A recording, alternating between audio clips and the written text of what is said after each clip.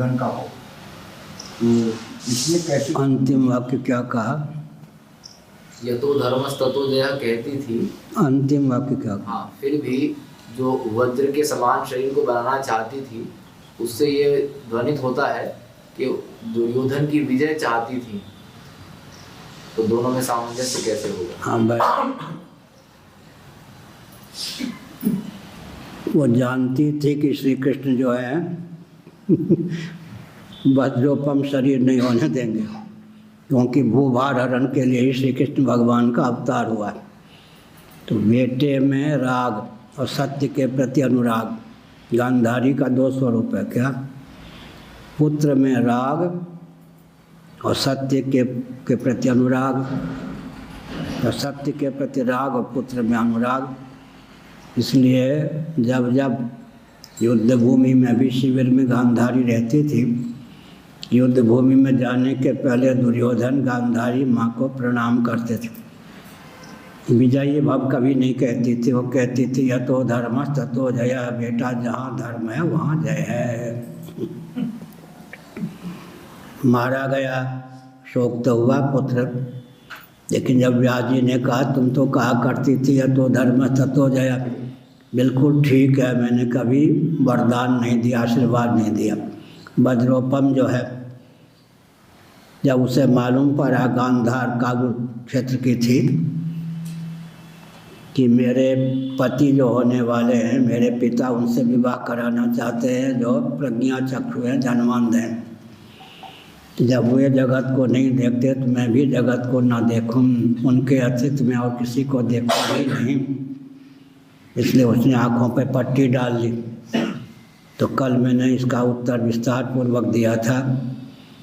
2 प्रक्रिया होती है। प्रभुदत्त ब्रह्मचारी जी महाभाग 12 वर्षों तक मौन रहे, अंत में वाक शक्ति उनकी शिथिल हो गई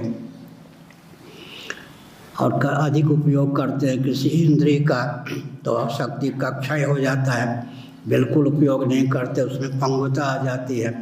इसलिए संतुलित रूप में उपयोग करना चाहिए। तो नेत्र ज्योति स्तंभित होने के कारण, बाहर रश्मि न जाने के कारण उसकी आँख में दिव्यता थी। तो युद्ध भूमि में मैं पराजित न हूँ, इस प्रकार की भावना दुर्योधन ने व्यक्त की। उन्होंने कहा बेटा ठीक है, तुम्हारा शरीर वज्रोपम हो जाएगा, मैं जब निहार दूंगी तो। बेटे को निहारा जा सकता है, वो नंग धरंग, लेकिन नंग धरंग हो के आना, बाल गोपाल जैसे होते हैं, नंग धरंग हो के आ रहा था। कन्हैया मिल गए श्री कृष्ण, कहाँ जा रहा है? माँ ने ये कहा अरे तू अब कोई बच्चा है 5 साल का, तुम्हें संकोच नहीं होता, इसलिए कम से कम लंगोटी तो बांध दे।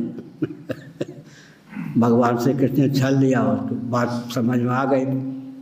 माँ ने देखा तो उनका वो मिल गया होगा कन्हैया, छलिया, अब यही गदा का प्रयोग होगा, इसी से तुम बाहर आ जाएगा। तुमने तो अपना बंटा ढार कर लिया, श्री कृष्ण की इच्छा यही क्या, यतो धर्म ततो जय। मैंने कल यह भी कहा था, पहले भी कहा था, भीष्म द्रोण ये सब दुर्योधन की ओर से युद्ध करते थे। एक युद्ध की मर्यादा होती है। अगर शुक्राचार्य जी दुष्टों को पुरोहित के रूप में प्राप्त ना हो तो शुक्राचार्य जी जैसे सत्पुरुष पुरोहित के रूप में प्राप्त ना हो तो जो दुष्ट होते हैं आतंकवादी, वो कभी भी साहस न करें युद्ध करने का। लेकिन बृहस्पति देव गुरु हैं, शुक्राचार्य असुर गुरु हैं, दोनों संधि हो जाते हैं। बाहर से लगता है लाख लाख डांट, अंदर से नहीं।